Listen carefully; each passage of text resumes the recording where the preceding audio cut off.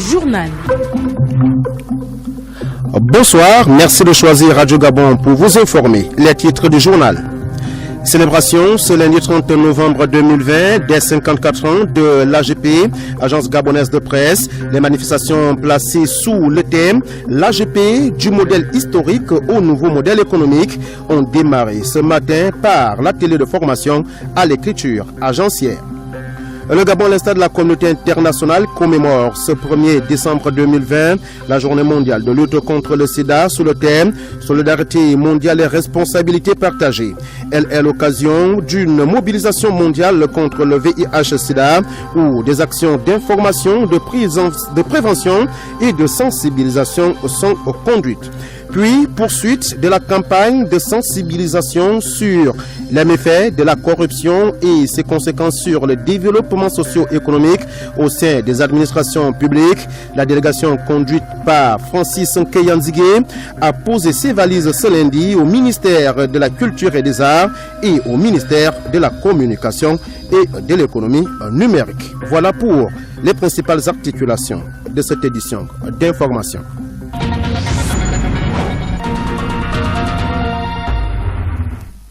Bienvenue à cette principale édition d'information de la soirée et une présentation de Fabien Guillaume Kemvele. En ouverture, le président de la République, Ali Bongo Ondimba, a reçu en audience à son cabinet un émissaire du président ougandais Yoweri Museveni au Donia à Webare. L'ambassadeur représentant permanent de l'Ouganda auprès des Nations Unies est venu remettre un courrier au chef de l'État. L'envoyé du président de la République de l'Ouganda et Ali Bongo Ondimba en ont profité aussi pour échanger sur les questions d'intérêt commun. La coopération bilatérale également n'était pas en reste à cette entrevue. La suite avec cette communication de l'Assemblée nationale où le président de cette institution informe les députés que la commission de la communication, de l'information et les technologies numériques procède ce mardi 1er décembre 2020 à 11h30 à l'audition du ministre de la Communication et de l'économie numérique sur le projet de loi portant réglementation des transactions électroniques en République gabonaise. À cet effet, la présence des députés, membres de la dite commission, est vivement souhaitée. La campagne de sensibilisation sur les méfaits de la corruption et ses conséquences sur le développement socio-économique de notre pays se poursuit au sein de l'administration publique. Ce lundi, la caravane conduite par Francis Nkeyanzigué a posé ses valises au ministère de la Culture et des Arts et au ministère de la Communication et de l'économie numérique. Dans son message, le ministre de la Promotion de la bonne gouvernance et de la lutte contre la corruption invite les responsables en charge de la gestion des deniers publics à mettre un terme à la corruption. Arnaud Ondo Ngozogo.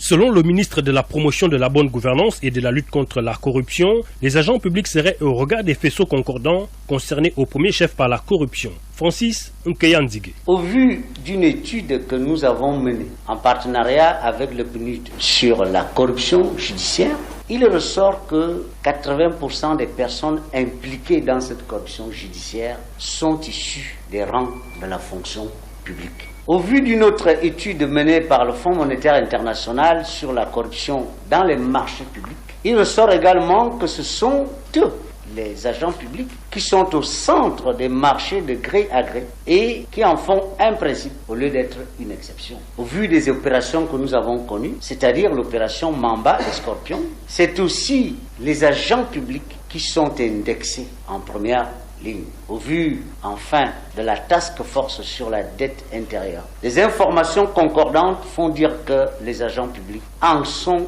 les acteurs au même titre que les entreprises. Le musée national, lieu choisi pour sensibiliser les agents du ministère de la Culture et des Arts, tout comme la maison Georges Rahuré pour ce qui est des agents du ministère de la Communication et de l'économie numérique, constituent des symboles selon le responsable de ces deux départements ministériels, Michel Mangameson et Edgar Anissé Mumbumiyaku. Le ministre de la Promotion de la bonne gouvernance et de la lutte contre la corruption a été spécialement instruit par le chef de l'État pour sensibiliser davantage tous les personnels qui gèrent les deniers publics au quotidien sur les conséquences de la corruption. Nous sommes ministère de la Culture et des arts. Et nous voulons promouvoir la culture de la bonne gouvernance. Nous sommes avec vous. Toutes les ethnies qui composent notre pays ne connaissent pas la corruption. Ce sont des choses qui nous viennent d'autres cieux. Cette campagne de sensibilisation se poursuit dans les autres départements ministériels. Elle précède la phase de répression des agents publics qui se seront rendus coupables de corruption. Au terme de ces deux étapes, ministère de la Culture et des Arts et ministère de la Communication et de l'économie numérique, un guide de pratique de lutte contre la corruption a été remis par Francis Nkeyanzige à ses deux collègues membres du gouvernement. Le document indique les faits constitutifs de l'infraction de corruption. On écoute le ministre de la Promotion de la bonne gouvernance et de la lutte contre la corruption, propos recueillis par Arnaud Ondoengozo. Parmi ces infractions, il y a l'infraction de concussion. Se rend coupable de concussion l'agent public qui volontairement perçoit des taxes, impôts ou droits qui ne sont pas dus ou qui sont supérieurs à ce qui est dû. La deuxième infraction assimilée à la corruption, c'est l'enrichissement illicite. Se rend coupable d'enrichissement illicite tout agent lorsqu'il ne peut justifier une augmentation disproportionnée de son patrimoine par rapport à ses revenus légitimes. Toujours considéré comme infraction assimilée à la corruption, le blanchiment de capitaux. Se rend coupable de blanchiment de capitaux toute personne qui participe à la dissimulation de l'origine de biens qu'elle sait provenir directement ou indirectement d'un crime. Ensuite, il y a le détournement des deniers publics. C'est le fait pour toute personne de soustraire ou de détourner un ou des biens publics dont il a la garde dans le cadre de ses fonctions. Les deniers publics, ce n'est pas seulement l'argent. C'est l'argent plus les biens, le patrimoine de l'État. Vous avez ensuite le versement de pots de vin. Se rend coupable de sollicitation de pots de vin l'agent public qui, dans l'exercice de ses fonctions, demande l'argent ou tout autre bien pour octroyer à un tiers un avantage illégal.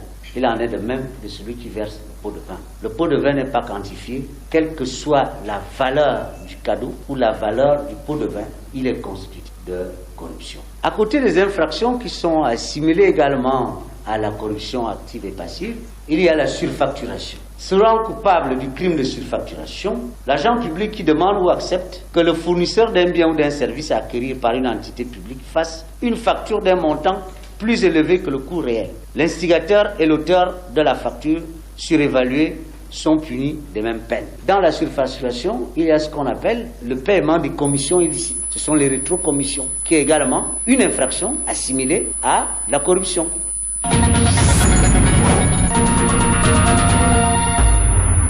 L'AGP, Agence gabonaise de presse, célèbre son 54e anniversaire ce lundi 30 novembre 2020. Les festivités placées sous le thème générique, l'AGP du modèle historique au nouveau modèle économique, se déroulent autour de plusieurs activités, notamment l'atelier de formation aux écritures agencières et audiovisuelles. Marlise Reyigobika. Pour son 54e anniversaire, la Direction générale de l'Agence gabonaise de presse opte pour le renforcement des capacités de son personnel. Une aubaine pour ses journalistes. Biké Onanga Chancel, agent à l'AGP. La direction a décidé de former ses journalistes. Nous avons différentes formations sur le style agencier, la production et la post-production. C'est une aubaine pour nous de pouvoir bénéficier de ces formations et nous sommes très satisfaits de nous recycler. Ça nous permettra aussi d'améliorer notre capacité de travail. L'écriture agencière, thème abordé pour cette première journée. Lucien Minko, formateur. Je suis venu visiter avec eux quelques fondamentaux de l'écriture agencière. L'agence de presse, c'est un média assez spécial parce qu'elle diffuse l'information en direction des professionnels que vous êtes, ce sont ses clients. Donc, il y a une façon de rédiger qui n'est pas la même que dans la presse ordinaire. Ce séminaire de formation est d'un intérêt capital pour le personnel de ce média car l'outil d'informatique étatique lance un nouveau site AGP et un service AGP Flash. Helmut Mutinga Boulingi, administrateur directeur général de l'AGP, sur l'objectif de la formation. Le principal objectif, c'est de renforcer nos capacités, de se remettre en cause pour être en phase avec les attentes du grand public, des lecteurs, de tous les consommateurs des produits de l'Agence gabonaise de presse. Le principal objectif, c'est l'humilité, de remettre en cause à tout moment parce que les attentes du public évoluent. Il est important que nous ne puissions rien négliger en termes de capacité personnelle, capacité intellectuelle, capacité professionnelle pour pouvoir mener à bien notre métier. Le séminaire de formation qui va durer 5 jours se poursuit autour de plusieurs ateliers avec pour thème l'écriture audiovisuelle, la production et la post-production. À l'occasion de la commémoration de ses 54 ans, l'administrateur directeur général de la GP est revenu sur les principales innovations de l'agence gabonaise de presse en termes d'avancées technologiques de l'agence basée sur le modèle économique. À ce sujet, écoutons Helmut Mutsinga Boulingi dans les propos recueillis par Marlise Reyegubika. L'innovation, ce qu'il faut retenir, c'est la finalisation d'un certain nombre de chantiers qui sont appelés à apporter un brin de modernité à l'agence, mais également un peu d'autonomie, parce que l'objectif, in fine, à partir de tout ce qu'il y aura comme production, c'est de voir dans quelle mesure nous devons, sur la base de la qualité qui est proposée de l'offre, par rapport à la fonction historique de l'agence, celle de présenter comme grossiste, comme fournisseur de l'information, comment accéder à l'autre palier, celui du modèle économique que nous proposons et qui doit nous permettre de s'autonomiser davantage. Les manifestations sont sous le patronage du ministère de la Communication, sont placées sous le sceau de la consolidation de la visibilité à travers des contenus éditoriaux constants et consistants. L'autre signe sur lequel ces manifestations sont placées, c'est l'expérimentation d'un nouveau modèle économique, parce que tout ce qui est proposé en termes de chantier finalisé, à partir du site jusqu'à la réalisation de ce studio, c'est de voir dans quelle mesure l'agence peut également proposer la partie économique en termes de qualité à proposer à l'ensemble du public. Rien à voir avec ce qui précède.